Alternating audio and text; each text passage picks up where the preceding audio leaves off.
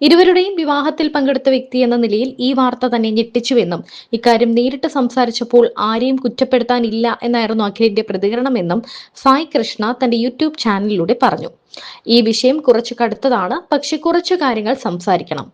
ഇതൊക്കെ ആരുടെ ജീവിതത്തിലും എപ്പോൾ വേണമെങ്കിലും സംഭവിക്കാവുന്നതാണ്. അഖിൽ എൻആർഡിയുടെ ഭാര്യ ഒളിച്ചോടിപ്പോയി. ഞാൻ ഇവരുടെ വിവാഹത്തിന് പോയ ഒരാളാണ്. 2021 മുതലൊക്കെ അത്യാവശ്യം നല്ല രീതിയിലുള്ള സൗഹൃദ ബന്ധവും അഖിലുമായി കാത്തു സൂക്ഷിക്കുന്നുണ്ട്.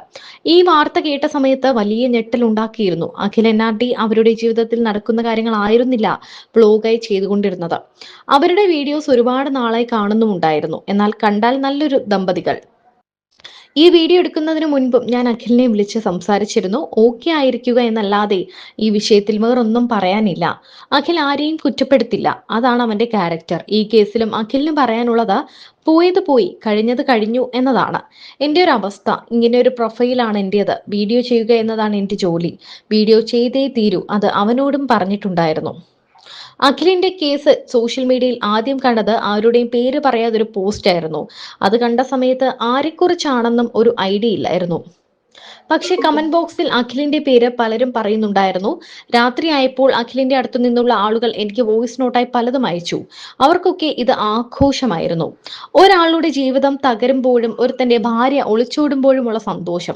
ഈ നാട്ടുകാർ ചിന്തിക്കണ്ടേ, ഇവർക്കും ജീവിതത്തിൽ നാളെ ഇതുപോലെ സംഭവിച്ചാലോ എന്ന്. സോഷ്യൽ മീഡിയയിൽ പരിചിതമായ മുഖങ്ങളായതുകൊണ്ട് ഇവരുടെ ഒളിച്ചോട്ടവും പ്രശ്നങ്ങളും കുറച്ച് പക്വതയോടെ ഈ വീഡിയോ ചെയ്യുന്നവരൊക്കെ എടുക്കണം.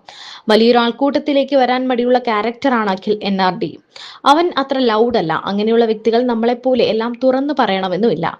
അതുപോലുള്ള ഒരു മനുഷ്യന് ഇത്തരം കാര്യം സംഭവിക്കുമ്പോൾ അത് എത്രത്തോളം അവരെ ബാധിക്കുമെന്ന് നമുക്കറിയാമല്ലോ. CCTV ഫുട്ടേജ് ആരൊക്കെയോ എടുത്ത് പുറത്തുവിടുന്നു. അവള് അവളുടെ ഇഷ്ടമുള്ള ആളുടെ കൂടെ ഒളിച്ചോടിപ്പോയി. അഖിൽ എൻആർഡിക്ക് എന്തോ പ്രശ്നമുള്ള രീതിയിലാണ് ഇപ്പോൾ ചർച്ച.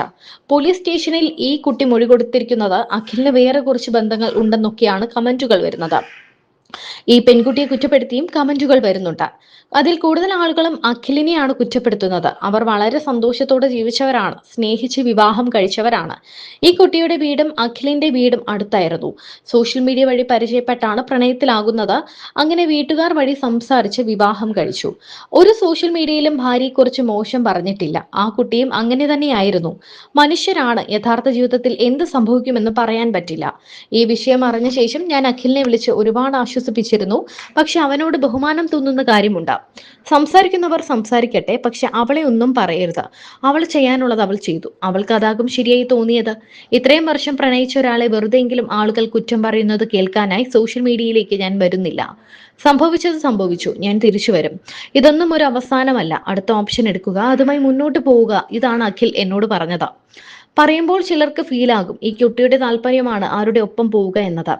ആ കുട്ടിക്ക് ബസ് കണ്ടക്ടറാണ് ഇഷ്ടപ്പെട്ടതിന്റെ അയാളുടെ പ്രൊഫഷൻ വെച്ച് അയാളെ തള്ളിപ്പറയേണ്ട കാര്യമില്ല. അയാളുടെ ഫോട്ടോയും പുറത്തു വന്നിട്ടുണ്ട്. ഇത് അഖിൽ എന്നാഡിയുടെ ഭാര്യയാണോ എന്നത് അയാൾക്ക് അറിയാമോ എന്ന് പോലും നമുക്കറിയില്ല. ഈ പറഞ്ഞ അവർ കുറെ ആൾക്കാരെ വിളിച്ചു. സോഷ്യൽ മീഡിയയിലുള്ള അന്ന് കുറച്ച് ആൾക്കാരല്ലേ ഉള്ളൂ. ഉം. വളരെ കുറച്ച് ആൾക്കാരെ വീഡിയോസ് ഒക്കെ അന്ന് ചെയ്യുന്നുള്ളൂ. ആ. കുറെ ആൾക്കാരോട് നോക്കി വിളിച്ചു. ഉം. അപ്പൊ അതിലൊരാള് ഞാനായിരുന്നു. ഒരുപക്ഷെ അവിടെ പോയി കഴിഞ്ഞാൽ ചിലപ്പം കിട്ടാം. ഉം. കിട്ടാൻ ചാൻസും ഉണ്ട്. പക്ഷെ എനിക്കന്ന് അത് കഴിഞ്ഞിട്ട് ഭയങ്കര ഇതായിപ്പോയി. കാരണം ഒരുപക്ഷെ ഞാൻ പോയിരുന്നു. കുറച്ചുകൂടെ ഒന്ന് അവിടെ പോയി ചെയ്യാൻ നോക്കിയിരുന്നെങ്കിൽ കിട്ടിയേനെ. ആവേശം തിയേറ്ററിൽ വന്നപ്പോൾ നമുക്ക് എല്ലാവർക്കും വലിയൊരു ആവേശം തന്നെയായിരുന്നു ഉം, അല്ലേ? ഉം. അപ്പൊ അത് മിസ് ചെയ്തായിട്ട് തോന്നിയില്ലേ? തോന്നി. ഞാൻ അതിന് പോകണമായിരുന്നു അതിന് എന്ന് ശേഷമാണ് തോന്നി. എല്ലാവർക്കും മെസ്സേജ് ഇട്ട് തുടങ്ങി. സിനിമയുടെ ആഗ്രഹം വീണ്ടും വന്നു. വീണ്ടും വന്നു. ഇനി ഒരു ചാൻസ് പോലും മിസ് ചെയ്യരുത് എന്ന് മനസ്സിൽ അന്ന് എഴുതി വെച്ചു അല്ലേ? പിന്നീട് അപ്പൊ ആശകളായിരത്തിലേക്ക് എങ്ങനെ എത്തി? ആശകളായിരത്തി ഇതുപോലെ ഇതിന് ശേഷമാണല്ലോ ഞാൻ എല്ലാവർക്കും മെസ്സേജ് തുടങ്ങി. ഓക്കെ. ഇതുപോലെ എന്നിട്ട് ഇതുപോലെ സ്ക്രിപ്റ്റിന്റെ പരിപാടി തുടങ്ങി. സ്ക്രിപ്റ്റ് കഥകൾ നോക്കിയിട്ടേ ഉം. എഴുതിയിട്ട് കുറെ ആൾക്കാരൊക്കെ പറയാം. അപ്പൊ കുറച്ച് ബന്ധങ്ങളൊക്കെ ആവുമല്ലോ. ഉം. അങ്ങനെ ജൂഡേട്ടനെയൊക്കെ കോൺടാക്ട് ചെയ്തിട്ടുണ്ട്. അപ്പോൾ ജൂഡേട്ടനൊക്കെ നല്ല പെട്ടെന്ന് ഉം. റിപ്ലൈ തരികയും ഈ പറഞ്ഞ തൊട്ട് വാട്സാപ്പ് മെസ്സേജ് ചെയ്തു. ഉം. അങ്ങനെ ജൂഡേട്ടനാണ് ഈ പറഞ്ഞ ആശകളായിരത്തിലേക്ക് വിളിച്ചത്. ഉം. പെട്ടെന്ന് അൺഎക്സ്പെക്ടഡ് വിളിച്ചിട്ട് ഇതുപോലെ അതിലൊരു റോൾ ഉണ്ട് വന്ന് ചെയ്യുമെന്ന് ചോദിച്ചു. അപ്പോൾ ഞെട്ടിപ്പോയി ഇതുപോലെ. കുറെ ആൾ നമ്മൾ അത് കഴിഞ്ഞിട്ട് ആഗ്രഹം കിടക്കുവാണ്. അപ്പോൾ ഇങ്ങനെ പറഞ്ഞു ആ ചേട്ടാ ചെയ്യാം. ആ. അവിടെ പോയിരുന്നപ്പോൾ ഞാൻ തന്നെ പറഞ്ഞതുപോലെ എന്നെ കൊണ്ട് എത്ര മാത്രം പെർഫോം ചെയ്യാൻ പറ്റുമെന്ന് എനിക്ക് അറിയത്തില്ല. ഉം.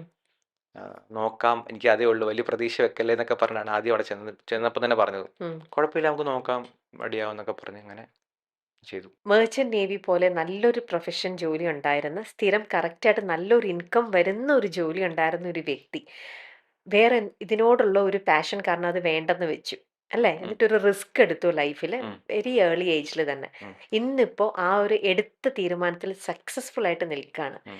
നല്ലൊരു വരുമാനം ഉണ്ടാക്കിക്കൊണ്ടിരിക്കുന്നു. ഉം. ഒരു പക്ഷേ മെർച്ചന്റ് നേവിയിൽ കിട്ടിയതിനേക്കാളും ഇപ്പോൾ ഉണ്ടാക്കുന്നുണ്ടാവും. അത് ഡിപ്പെൻഡ് അപ്പോൺ പൊസിഷനാണ്. ഉം. അവിടൊക്കെന്ന് പറയുമ്പോൾ യാ വല്ല ക്യാപ്റ്റനൊക്കെ പറയുമ്പോൾ അതെ. ക്യാപ്റ്റനൊക്കെ ആണെങ്കിൽ 40 വയസ്സ് മണ്ടൊക്കെ ആവും. ഉം. ക്യാപ്റ്റനൊക്കെ ആണെങ്കിൽ 16,00,000 ഉം. 20,00,000 രൂപയൊക്കെ സാലറി വാങ്ങുന്ന ക്യാപ്റ്റന്മാരൊക്കെ ഉണ്ട് ഉം. പല കമ്പനീസിലും. അതെ. അപ്പോൾ ഇതുപോലെ അത്രയൊക്കെ ചിലപ്പോൾ അച്ചീവ് ചെയ്യാൻ പറ്റിയെന്ന് വരത്തില്ല. പക്ഷെങ്കിലും ഈ പറഞ്ഞ കൂട്ട് നമ്മുടെ കാര്യം നടന്നു പോകാനും ഉം. നല്ല രീതിയിൽ തന്നെ ജീവിക്കാനുള്ള സംഭവം എന്തായാലും കിട്ടുന്നുണ്ട്. എന്തായാലും വളരെ യങ് ഏജിൽ തന്നെ വേറെ ഈ പൈസ ഉണ്ടാക്കുന്നു. ഫൈനാൻസ് കാര്യങ്ങളെല്ലാം. പിന്നെ അച്ഛന്റെ ബിസിനസ്സിനകത്ത് ഇൻവോൾവ് ആയിട്ടുണ്ടോ? അച്ഛൻ ചെറിയൊരു ബിസിനസ് നടത്തുന്ന ഒരു അതെ. പ്ലംബിംഗ് ഇലക്ട്രിക് ഷോപ്പാണ്. അതെ. ഞാൻ നേരത്തെയൊക്കെ പോയിരിക്കുന്നു അവിടെ. കടയിൽ പോയി പോയിരുന്നു. ഇരുന്നിട്ടുണ്ടോ? പിന്നെ ആണോ? ഒരുപാട് നാൾ ഇരുന്നിട്ടുണ്ട്. അച്ഛന്റെ ആ ഒരു മണി മാനേജ്മെന്റ് ഒക്കെ കണ്ടിട്ടുണ്ട് അപ്പൊ. ഈ അല്ലേ? ഷോപ്പ് തുടങ്ങുമ്പോൾ തന്നെ ഞാനും അച്ഛനും എല്ലാം തുടങ്ങി സ്റ്റാർട്ട് ചെയ്തു. ഓക്കെ. അപ്പോൾ ഇവിടെ സ്റ്റാർട്ട് ചെയ്തപ്പോൾ തന്നെ ഫുൾ ടൈം ഞാൻ ഉണ്ടായിരുന്നു അവിടെ. ഉം. അപ്പോൾ അതെല്ലാം തന്നെ ഏകദേശം എനിക്ക് കണ്ടിട്ടുണ്ട്. ഏകദേശം കുറേ ചെയ്തത് ഞാൻ തന്നെയാണ്. ഓ. ഓക്കെ. അപ്പൊ അതറിയാം. അറിയാം. അപ്പൊ എങ്ങനെയാണ് അഖിലിന്റെ ഒരു ഫൈനാൻഷ്യൽ ഒരു മാനേജ്മെന്റ് എങ്ങനെയാണ്? ഇപ്പോ യൂട്യൂബിലൂടെ തന്നെയാണേലും നല്ലൊരു ഇൻകം വരുന്നുണ്ട്. ഉം. അപ്പം അതെങ്ങനെയാ? ഒരു യങ്സ്റ്റേഴ്സിന് ഒരു അഡ്വൈസ് കൊടുക്കാന്നുള്ള ആണെങ്കിൽ എങ്ങനെയാ അത് അല്ല, എനിക്കത് അഖിലിന് പറയാൻ പറയാൻ വെച്ചപ്പോൾ ഈ പറ്റും? സോഷ്യൽ മീഡിയയിലേ ഉം. വരുന്ന പലരും ഇതുപോലെ ഒന്ന് റീച്ചായി കഴിയുമ്പോൾ ഇവർ യൂസ് ചെയ്യാൻ വേണ്ടി പല ആൾക്കാരും വരും. ഉം. ലൈക്ക് ഇപ്പം ട്രാവൽ ആണെങ്കിൽ പോലും ആ, പല സ്ഥലത്തു നിന്ന് ആൾക്കാർ വരും. പക്ഷെ അവർക്ക് ഈ പറഞ്ഞ അവരിപ്പോൾ ഇൻ റിട്ടേൺ ആയിട്ട് ഒരു കൊടുക്കാൻ വേണ്ടി പോകുന്നത് ഇവരുടെ കുറേ ട്രാവൽ, പല സ്ഥലങ്ങളോട് സഞ്ചരിക്കുക, അങ്ങനെ പല കാര്യങ്ങളും ചെയ്യുന്നത്, ഒരു ഓഫർ ചെയ്യുന്നത്. പക്ഷേ ഇവരാണെങ്കിൽ ചില ആൾക്കാരാണെങ്കിൽ ഇതെല്ലാം മറന്ന് ഇങ്ങനെ ആസ്വദിച്ചങ്ങ് പോകും ചിലപ്പോൾ. ഉം. അവർക്ക് ചിലപ്പോൾ അവിടുന്ന് ഈ പറഞ്ഞ സോഷ്യൽ മീഡിയ കുറേ കാര്യങ്ങൾ ചെയ്ത് വിജയിക്കാൻ പറ്റുന്നൊരു സ്റ്റേറ്റിലായിരിക്കും. പക്ഷെ അവരാണെങ്കിൽ ഈ പറഞ്ഞ വേറെ പല കാര്യങ്ങൾ കിട്ടുമ്പോൾ അത് മാറ്റി വെച്ചിട്ട്, സോഷ്യൽ മീഡിയ മാറ്റി വെച്ചിട്ട് അതിൻ്റെ പുറകെ അങ്ങ് പോകും. അങ്ങനെ വരുമ്പോൾ ഈ പറഞ്ഞ തൊട്ട് അതും ഇല്ലാതാവും ഇതും ഇല്ല. കാരണം ഇവർ ഈ റീച്ച് ഉണ്ടായിരിക്കും വന്നിരിക്കുന്നത്. റീച്ച് കുറയുമ്പോൾ ഇവരും കാണത്തില്ല. അതുകൊണ്ട് പ്രൈമറി ഫോക്കസ് നിങ്ങൾ ഈ പറഞ്ഞോട്ട് സോഷ്യൽ മീഡിയ ചെയ്യുന്നുണ്ടെങ്കിൽ നമ്മുടെ കണ്ടന്റ് അല്ലെങ്കിൽ ഇതിലും മെയിൻ ഫോക്കസ് കൊടുക്കുക. അതാണ് എനിക്ക് പറയാനുള്ളത്.